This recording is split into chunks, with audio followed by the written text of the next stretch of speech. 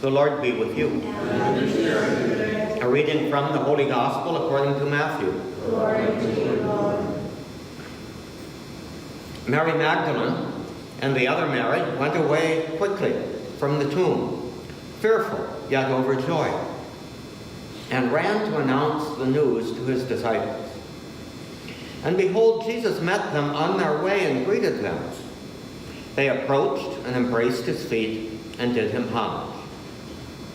Then Jesus said to them, "Do not be afraid. Go tell my brothers to go to Galilee, and there they will see me." While they were going, some of the guard went into the city and told the chief priests all that had happened. The chief priests assembled with the elders and took counsel, and they gave a large sum of money to the soldiers, telling them, "You are to say, 'His disciples came by night and stole him while we were asleep.' And if this gets to the ears of the governor, we will satisfy him and keep you out of trouble." The soldiers took the money and did as they were instructed. And this story has circulated among the Jews to the present day. The Gospel of the Lord. Praise to you, Lord Jesus Christ. Remember, the present day, as recorded in the Gospel, was the time of the writing of the Gospel of Matthew, which would be somewhere around 80 AD. It's not to say that the story is alive 2,000 years later.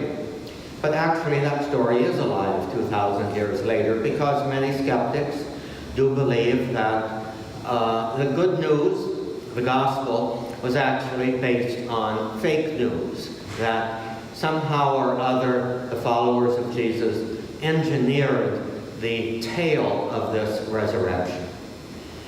That, however, is not our faith.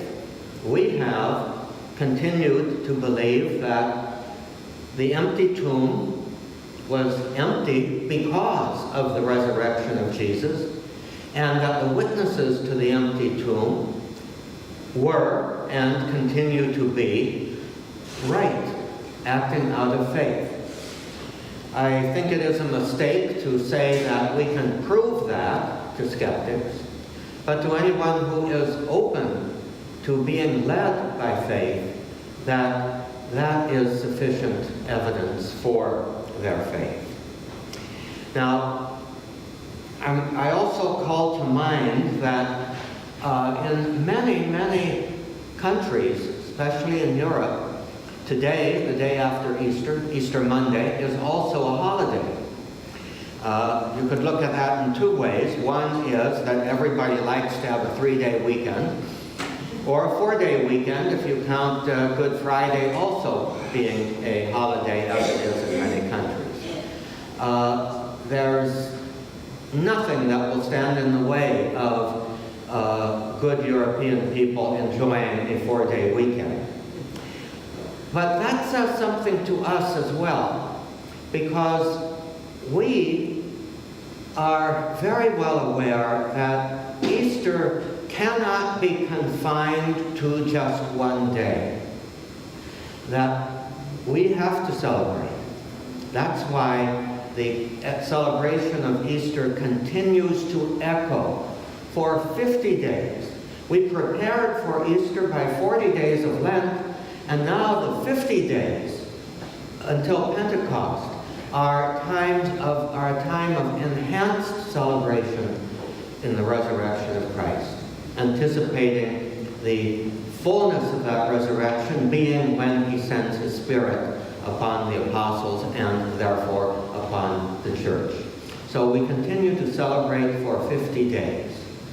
Now, if you do your math, 50 days is approximately 1/7 of the year. And so this time of Easter is seen as the great Sunday. If you look at the year in terms of like the week, Easter time occupies approximately 1 day's worth of that week.